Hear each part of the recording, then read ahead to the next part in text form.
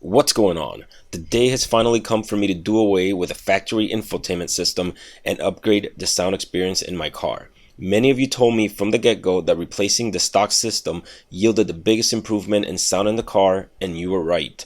In this video, I will give you an overview of the stock head unit and the connectors used for this install to include where the camera comes out of and what the telematics unit is. I will go over the main harness and how to retain factory functionality and discuss the micro bypass, the Maestro SW unit, and the 12 to 6 volt step-down converter. I will show you how to program the Maestro unit. I will go over how to figure out the wires and retain the stock backup camera. I will discuss how to wire the step-down converter. I will show you how to wire the front speakers if you have a telematics unit, and I will go in depth into how I determined which were the speaker wires and how I tested the polarity of the speakers. I will show you where I placed the microphone and give you a final harness overview. I'll go over why I couldn't retain the USB port, where I placed the Maestro unit and why, and how to wire and retain the car's auxiliary port.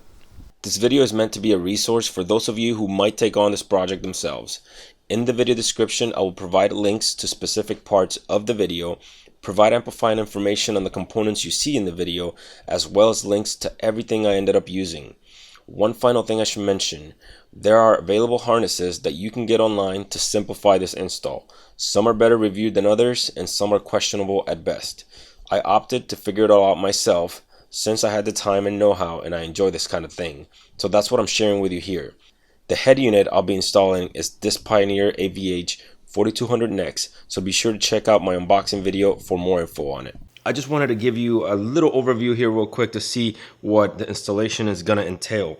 Obviously, we have the head unit, but to make this work with the 2017 WRX, there's a lot of things that need to happen. And there's a lot of things that we need. We have a double DIN dash kit, this in motion, micro bypass. Of course, the backup camera in our cars use a 6 volt signal. Why wouldn't it use the normal 12 volts that the car uses? So we have to step that 12 volts down, and that's what this is for. We need to adapt the antenna, and that's what this is for right here. This Maestro unit right there is going to allow us to keep the factory steering wheel controls. We have the connector, right, the main connector for the Pioneer, and in front of it we have the 28 pin adapter right here, and we have the 10 and 6, and there are some kits that you can get to mitigate some of the work that I'll show you. Alright, so it's time for you WRX owners to get acquainted with your stereo, and I say that because in order to understand what we're doing, it helps to know a little bit as to what's going on here. So this is the stereo that I just took out of my car, right? So this is the FV672UM. It has Sirius XM, it has HD radio, so on and so forth. But what we're really interested in is what's going on behind the stereo. So buttload of connectors right here. But there's a few things that I want to point out. Very important things. These two right here, this is your standard 10 and 6. These right here will carry your power and your speakers. Okay, so that's why we got this kit right here. I'm going to go over in detail, but I just want to show you this. That's why we got these. But we also need some signals that are coming out of this 28 pin connector. Some other stereos have 20 pin connectors. This one, the one that I have, is a 28 pin. So if yours has 28 pin, you need the 28 pin adapter like this. You don't have to get it if you can splice into wires, your factory wires. For my installation, I only ended up needing 4 wires out of it, and I'll go over this in detail also, but I didn't want to splice into any factory wires, so I went ahead and spent the money and just got this right here that allows me to just use the cable. So I just literally cut this right here, left a little pigtail just in case in the future I ever need those cables for anything. It's just good practice. But yeah, I'll go over that in a second. But just so you know, you also need the 28 pin.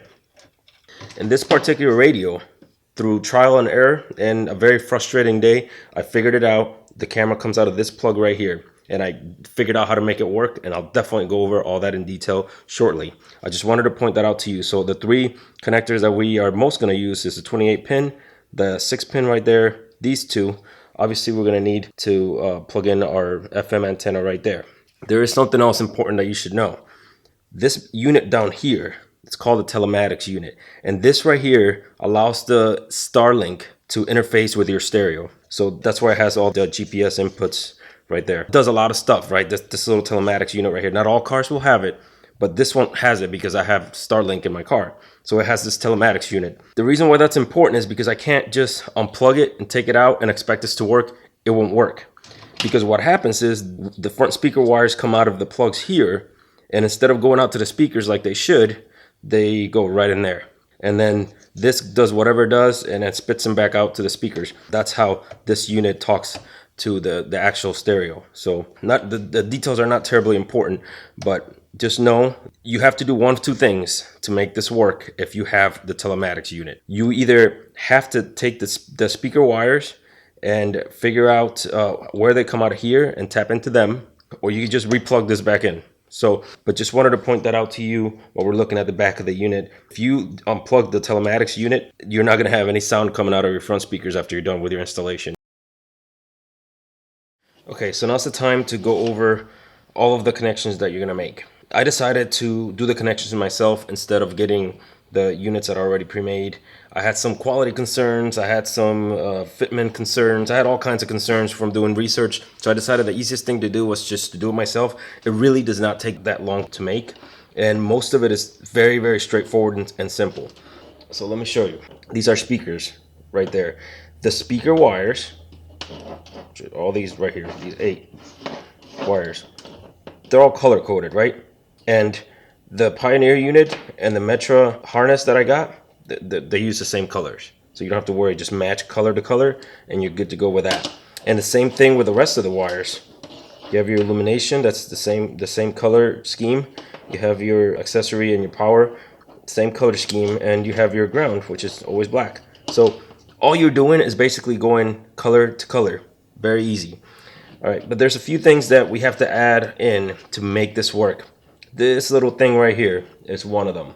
And I mean, you don't have to do that if you don't want to, but this is called a micro bypass, and this is going to allow you to use your head unit without having to have the car in park, basically. Really, it's not for you, it's not for the driver, it's for your passengers. If they want to watch a DVD or use the head unit or whatever they want to do with it while you're driving, this allows you to do it. If you don't have this, you have to have the car in park. So very simple little device, but there's a few things that you have to keep in mind. It has 3 connections. You have your obligatory ground, so that's the black one, black cable right there. Then this blue-white right here, that's going to go to the remote out on the Pioneer or whatever head unit you're using. That's going to go to the remote out, and I have it going to the remote in on the car side too. And I also have this cable right here that I'm going to be using to actually turn on an external power amplifier. So that's why I left the little cable out like that, because that's where I'm going to tap into it whenever I do install my power amplifier. So I left that there, right? And the other cable, the green cable, that's going to go to your brake sensing cable. All right, so that one right there will go to the light green cable on the Pioneer harness. One thing to keep in mind that's very important: do not connect the parking cable on the 28-pin harness to here once you connect this bypass, because then you're really not doing anything. The whole purpose of this is to simulate the parking brake being engaged. So if you plug in the parking brake from the 28-pin unit, then you're negating that little piece right there. So it should just be the one green cable going to it, and that's it. All right, so that's the micro bypass unit. The Maestro unit right here, this is going to allow you to retain all of your steering wheel controls. So you have to do a few things for it. You have to flash it with your car, a specific car and a specific stereo head unit that you are using. And you have to obviously wire it up. And it has this connector right here that you have to wire up, right? So you go online and you print out your wire diagram for your particular car, and it'll tell you, right? You print it out, have that to the side, and I'll show you a few things, right? So your black and your red wire are going to go to your positive, your accessory, 12 volts right there, your red one, and then your black one will go to ground, right? Then you have 3 other cables that need to be plugged in. Those 3 cables, if you have this car that I have, those 3 cables are going to go to pins 21, 22, and 23 on the 28-pin harness. That's pins 23, 22, and 21 right there.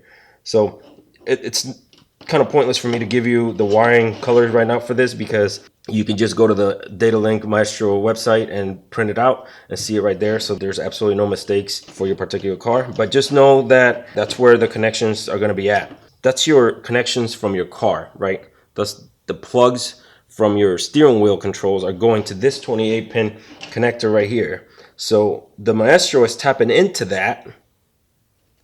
Okay, it's processing it, and then it's sending it out to the remote wired input on the Pioneer head unit via this little 3.5 millimeter connector. So that's what it's doing. I've already turned it on, I've already tried it out, and it works perfectly. So that's that. That's if you want to retain steering wheel controls. If you don't care about that, then it is what it is. Now I want to show you this little device right here. The Subaru head unit is putting out 6 volts. So the camera's expecting 6 volts. So when you install your new Pioneer unit, or whatever unit you want to install, your new head unit, that's going to spit out 12 volts to it, and your camera's not going to turn on. It's not going to work. You need to step that voltage down from 12 volts to 6 volts. That's what this little thing does right here. It has 3 wires, right? Your ground. Of course, everything has a ground, right? The ground has to go to a solid ground in the car. Okay? It has 2 other wires. The blue and white cable for it. Okay? So I know it's kind of hard to follow because of all these cables. Alright, let me just do this, make it easier. Okay. Okay. The blue and white cable right here is going to go to the reverse input in your car. That's coming out again out of the 28-pin harness in your car. That's pin number 2, which happens to be this red cable in this 28-pin harness that I bought that I'll link in the description. So that's pin number 2. The Pioneer unit wants it, and it wants it on that violet and white cable, so we put it there. And also this has to be plugged into that reverse signal. That reverse signal is important because that's what's going to tell the head unit that you're in reverse to turn on the camera automatically. So that's what your car does now. You put it in reverse and the camera comes on automatically. So that's what you want the Pioneer unit to do. So you have to make sure that you plug that cable into that reverse wire, the purple and white one right there. All right. And then the next cable, the output of the converter, that cable right there, it's going to be blue and red. That one's going to go to the input of the camera where it's expecting a 6 volts. I'm going to show you this in detail in the car. I have to be in the car to show you what I'm talking about. But yeah, that's what this cable is right here. I'll point out a few things. None of my connections here are butt connectors or anything like that. I know a lot of people use them. I like my stuff soldered. I soldered every single one of them. So that way I know that the connection is solid, that it's great, that it's not going to come loose ever, and that it's the cleanest, best signal that I can get. That's it for this. That's it for these cables. There are a few more things that I want to mention to you, but we'll do that inside the car. Alright, so I plugged in the Maestro unit, and I'm using Internet Explorer because Chrome was giving me issues. And sometimes certain programs are written better for certain browsers, and that's what was happening. So it's easier just to open up Internet Explorer and get it done that way. So I'm going to click on Flash Your Module. It brings me to this error here, so I'm going to do as it says. Down here is asking me if I want to run an active X plugin. I'm going to go ahead and run it. Weblink Updater. Click on Next. Next. Next. I want to make changes. This is a hell of a process. Next. Oh goodness.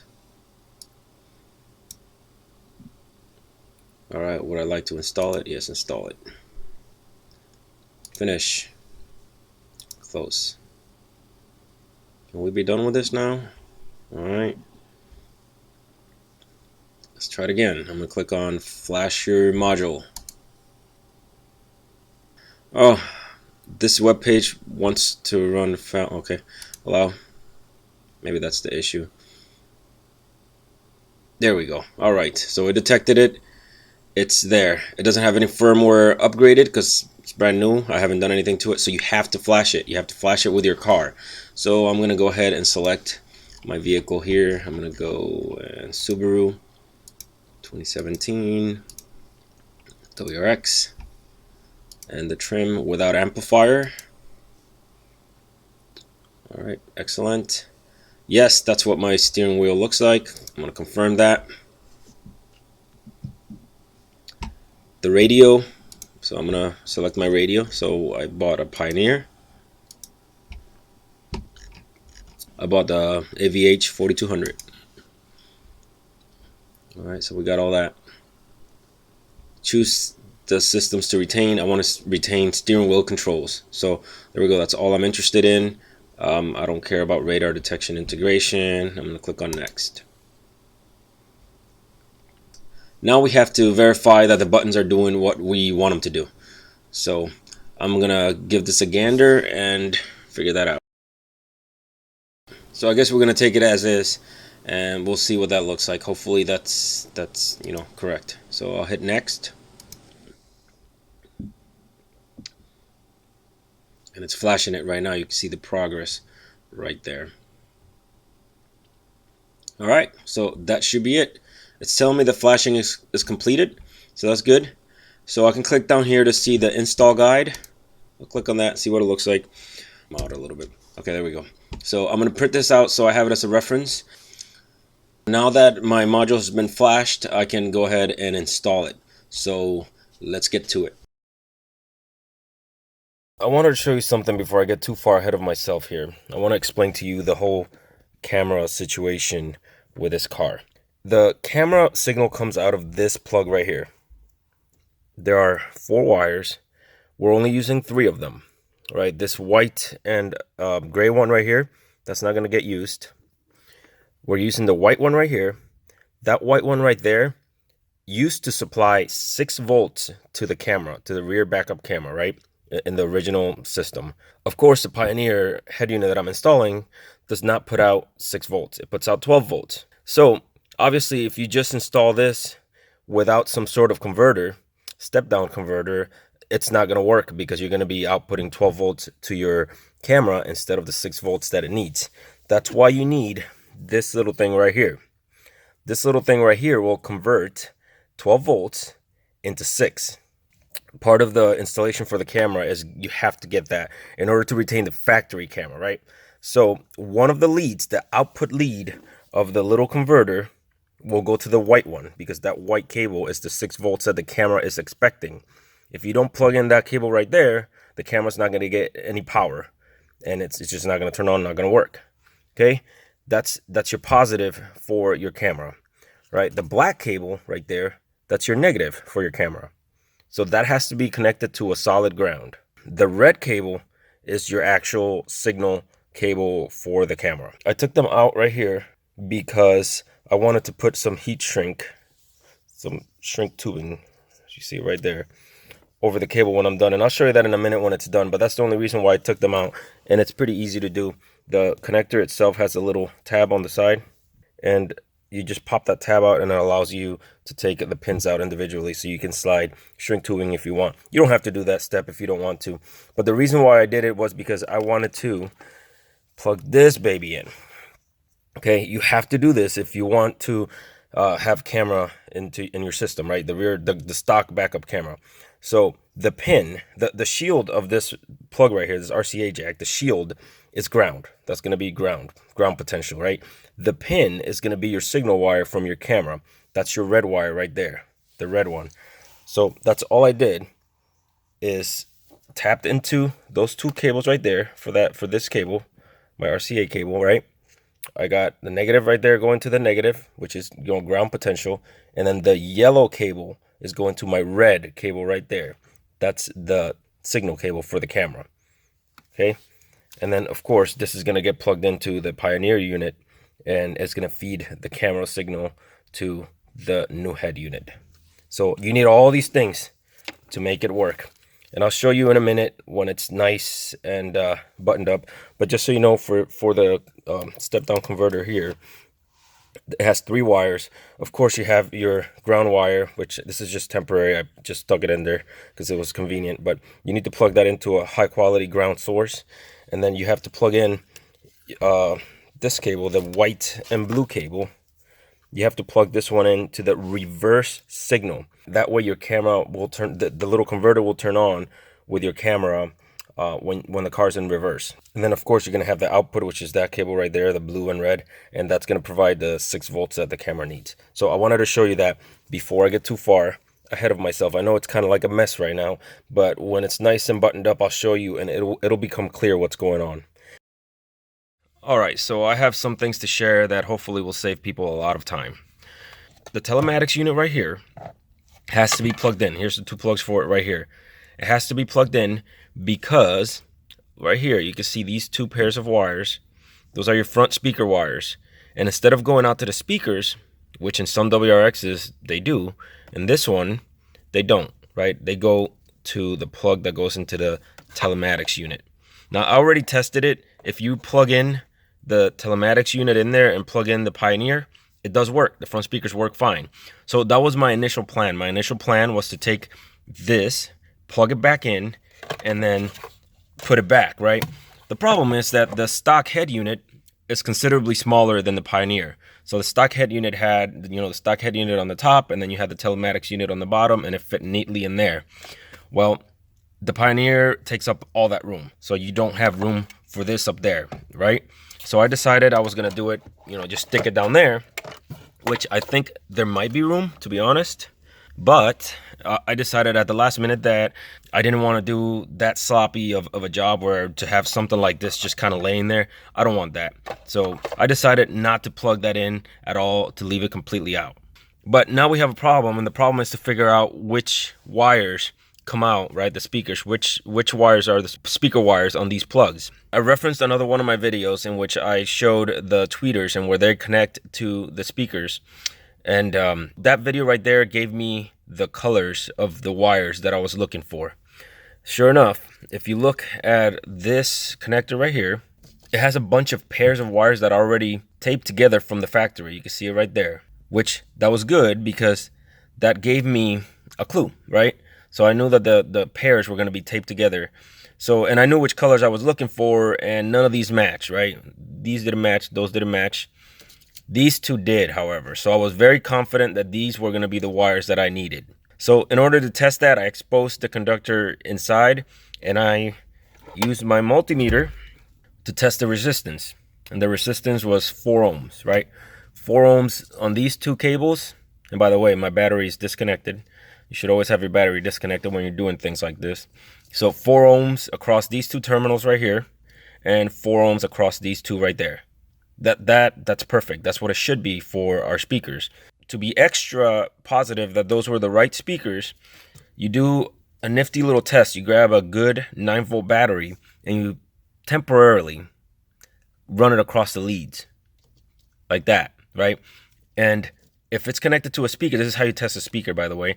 If the speaker's good, then it should pop. You have to emphasize, you're just doing temporarily, very quickly, until it pops and you let go. Don't leave the battery plugged into it, or you can damage the speaker. So let me see if I can do it one-handed so you can hear what I'm talking about. Hear that? Okay, so that's all we needed.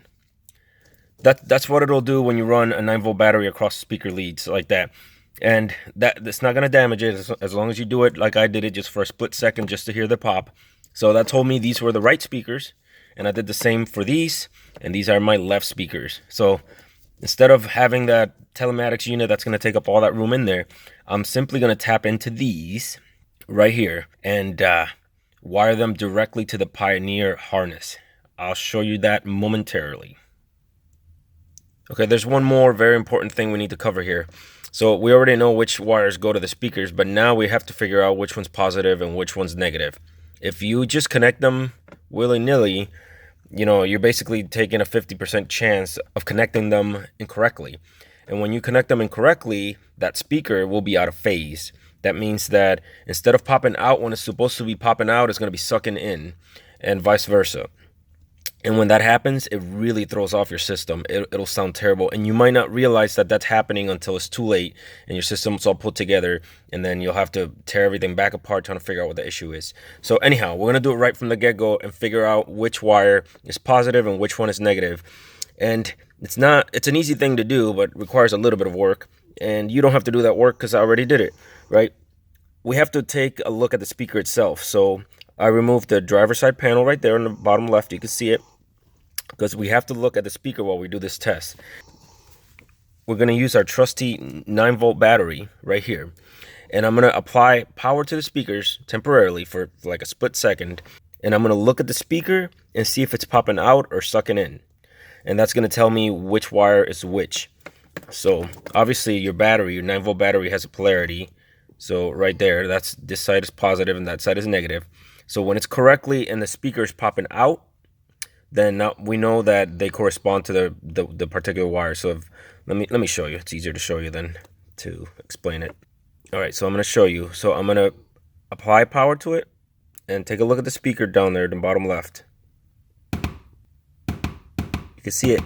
You can easily see that it's popping out. All right, so I know that that's how it goes. Since it was popping out, I know that that blue cable is positive, because that's the terminal that I had plugged into that blue cable. And I know that that black and white cable right there is negative, because that's the one that I was plugging into the negative terminal of the battery. Now, let me show you what happens when you reverse it, right? If you have it wrong, the speaker sucks in. See that? Sucking in.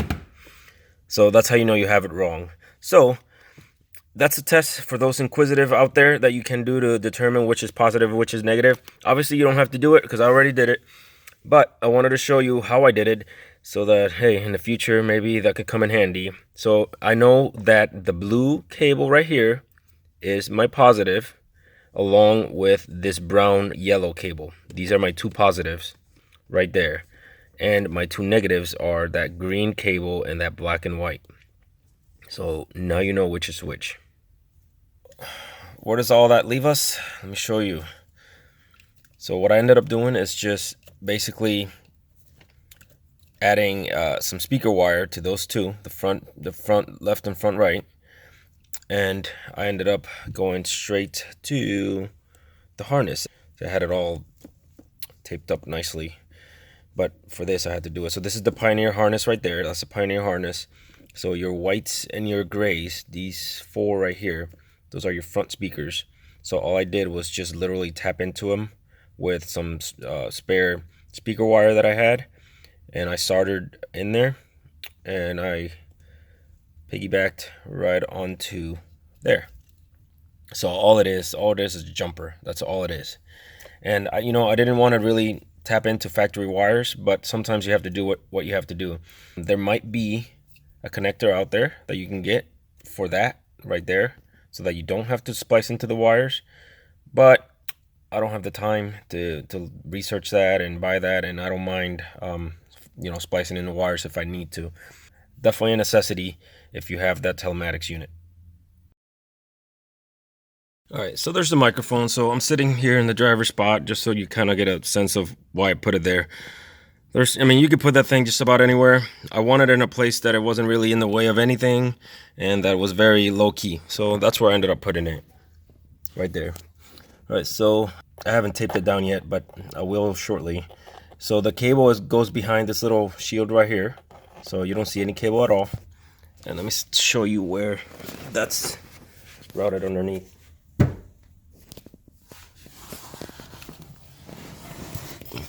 right. So there's a cable right there.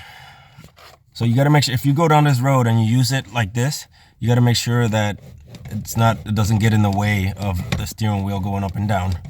So I put it through there and I just zip tied it, and then I put it through that hole right there that goes right up to where the stereo is. That's it. That's just an easy straight route to it. I'm basically done, but I wanted to do one final show and tell for those of you doing this installation, so you can see what I did, maybe get some ideas, or there's more than one way of doing things, so maybe you can come up with better ways. But this is what I ended up doing. All right, first of all, I'll say this: there's a lot of cables, a lot of connectors. There's just no easy way of keeping things very organized. I zip tied certain things out of the way because there's going to be a lot of connectors and plugs that are not going to get used. So some of them you can easily separate and just zip tie out of the way. So if you decide to do that, make sure you don't create rattle points, and make sure that wherever you zip tie it is not in the way of the stereo when you put the stereo back in. So always keep in mind that you have to keep this whole section right here open so you can put the stereo back. So let me just go over some of these things right now. Right here, this is the Maestro unit, right? This is the Pioneer unit right here. I'll go back over this in a second. I'll get back to that in a second. That's the micro bypass. You can just tape that anywhere. So I just taped it there. Remember that pigtail that I showed you? There it is right there. And that's, I ran a wire from there all the way to under the passenger seat where my amplifier is. So obviously you see the 6 and 10 right there plugged into the factory harness. You see right here the two Telematics unit plugs. You have your big one and your little one. The big one doesn't get plugged into anything, so you can just zip tie that somewhere where it's out of the way and it won't rattle. The little one doesn't get plugged into anything either, but remember that we tapped into the outgoing front stereo wires. So that's what these two are, and those are going right into the front wires, actually right there, the white and the gray. So they're tapped directly into the white and the gray right here. So that's what that is. That's the 28-pin harness that I went over. These wires down here at the bottom left, let me go over this right now so you can just get this out of the way. These 4 wires in the bottom left right here are for the auxiliary port.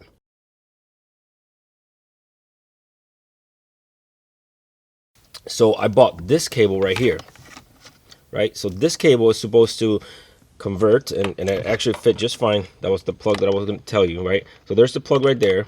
So you can just plug that in right there, and then this goes in the back of the Pioneer unit, right? Unfortunately, it just didn't work. It gives me a hub error. And after doing a little bit of research and a little bit of more reading and actually just going into the manual, it says specifically in the Pioneer stereo manual that a connection to a hub is not possible. So I think that's the reason why it's not working. It's not that big of a deal to me, to be honest with you. So that's just going to be a project for the future. I just ran out of time. I can't figure that out right now. So I'm just going to zip tie here and get back to it at a later date. But anyhow, so that's the story with the USB port. There's the 5-pin connection that I went over already for the backup camera. And of course, that has now an RCA plug coming out of it. This gets plugged into the Pioneer unit, the back of the Pioneer unit, the input for the camera. And then, of course, that's being driven by the little converter right here, which you could just zip tie somewhere. Now, I will say this about this that I didn't mention before. I have this plugged into the reverse wire. Okay, so that means that this is only going to turn on when the car is in reverse, which means that you can't just turn it on whenever you want from the head unit. I did not mind that at all, because I have never needed to turn on that backup camera for anything other than backing up. So I didn't mind that at all. Some of you who have trailers or something like that might want to plug it into a source that's hot all the time so that you can use that camera at all times. I didn't need to, and I didn't want this thing getting powered 24/7 while the car is on, because it does get hot. So I decided to just leave it in the reverse, since I never need that functionality to have the camera on anytime I want anyhow. So that's that. Not much else to say about that. Right here, this is the antenna jack. I didn't really cover this yet, but you need this adapter, because this is the plug that Subaru gives you right here. So you need an adapter. So you get that adapter. The adapter comes with a blue cable that comes out of there. It's for power, for accessory. You don't need it because this is not a powered antenna, so you don't need it. So I just yanked it out of there, so it's, you know, one less cable lying around. So that goes in the back of the Pioneer unit. The microphone cable, don't forget about that. And I showed you how I routed mine, and I simply zip tied it down there. So now all there's left is this little pigtail here, and that goes in the back of the head unit too. And finally, these cables right here. That's on an HDMI port. Again, I don't want to have to take the stereo out to plug in an HDMI source, so I'm simply running a cable now. Same thing with a USB extension cable. You definitely need this, because this is going to allow you to plug in your Android phone or your iPhone or your USB thumb drive. And finally, we have the 2 RCA jacks for the amplifier. These are going to get plugged into the preamps subwoofer outputs in the Pioneer, and they're going to drive my amplifier, which is going to drive my sub. Let me go ahead and make this final and show you a couple other minor things. Okay, I want to give you another little tip here. Right there, this is my Maestro unit. You can see it right there, zip tied. Okay, so the fact that it has the USB port exposed like that, it's not an accident. If at any point I feel like I want to reprogram the unit to change a button, or something's not working the way that I want it to, or I want to reprogram those long press buttons, then I can just remove the faceplate, which is easy, and bring my laptop in my car and reprogram it without having to remove the entire stereo. So just something to keep in mind. All right, if you're trying to retain factory functionality for your auxiliary port, it's very easy to do if you're doing it on a budget. So you have to find yourself an auxiliary cable, like I did right here, and expose the wires within it. Now, I'll say this about auxiliary cables, okay? There's many different kinds out there, but the standard auxiliary cable only has 3 pins, right? You have your left, your right, and your ground. And that's what I have right here. So the very top, the tip right there, that's your left.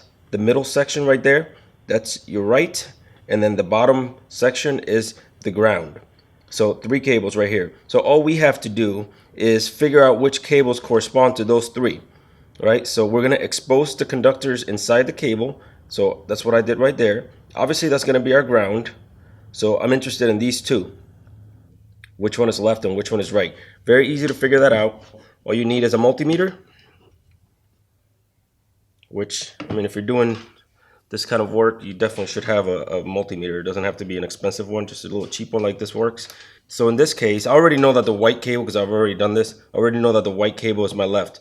Normally you use alligator clips to do this, but I'm just gonna do it with my finger because it's just easy right now. So, and if you touch lead to lead right there, it'll beep, right? Because it's telling you that that's a continuous circuit, right? So if I go to ground, I should get nothing. If I go to right, I should get nothing. And if I go to the tip, which is the left, it should beep. So that's how you know. That's how I found out that that cable, the white cable for me, was left. The yellow, let's do the yellow. The yellow is right. So left shouldn't beep. Ground shouldn't beep. The middle should beep. So that's how I did it. Very simple test to figure out which is which. And now I can show you in the car where these go. Okay, now that we found an auxiliary cable and we exposed the wires and we figured out which one's left, right, and ground, we have to find the corresponding cables in the car. We're going to the 28-pin harness that we got. Now, if you're on a budget and you don't have a harness, of course, you'll have to do like a T-tap or something like that onto the actual factory wires. So I happen to have the harness, so I'm just going to expose the cables here and tap into them that way. So right here, that tells me right there that 28 is left positive, 27 is left, right, negative, or ground, and 26 is right positive. So you can tell right here, these are the last cables, right? The last wires in the harness. 28, the white's 27, and the black is 26. I'm gonna go white to red in my case because that's my left. So I'm gonna go white to red. Then I'm gonna go ground to white, which is kind of counterintuitive because you have your normally you're used to blacks being ground, but in this case the white is ground, and then that yellow wire right here is gonna go to the black one, which is my right positive. So I'll show you how that looks like in a minute. Okay, so yeah, all I did was, just so you can see what it looks like. That's my auxiliary cable, and this cable is going to get plugged into the back of the Pioneer unit, and it's going through the harness right here, through the harness and through the car from the factory, by the way, and that way it allows us to retain that auxiliary port right there. If you don't care about that auxiliary port, then you don't have to do this. But I mean, it's pretty easy to do. So if you have the auxiliary cable just lying around, then why not, right? As I finish editing this video, it has been about a week and a half since my installation. If you have a WRX, I can tell you that an aftermarket head unit will transform your car. I've always loved my car, and now the sound is finally up to par. I'll be doing a full review of this Pioneer head unit, but for now I'll say that the sound is fantastic, Android Auto is just awesome, and the hands-free functionality is actually very responsive and useful. I hope that this installation video will help others pursue their own head unit upgrades, whether you decide to do this yourself or not. Even if you decide to keep the stock system, I hope you picked up a tip or two along the way. If you have any questions about this install, feel free to ask in the comments section and I'll do my best to answer. If this was useful, Be sure to support the video by liking it, and for lots more WRX, car audio, and car maintenance and improvement videos, subscribe to my channel. As always, thanks a lot for watching, and take care.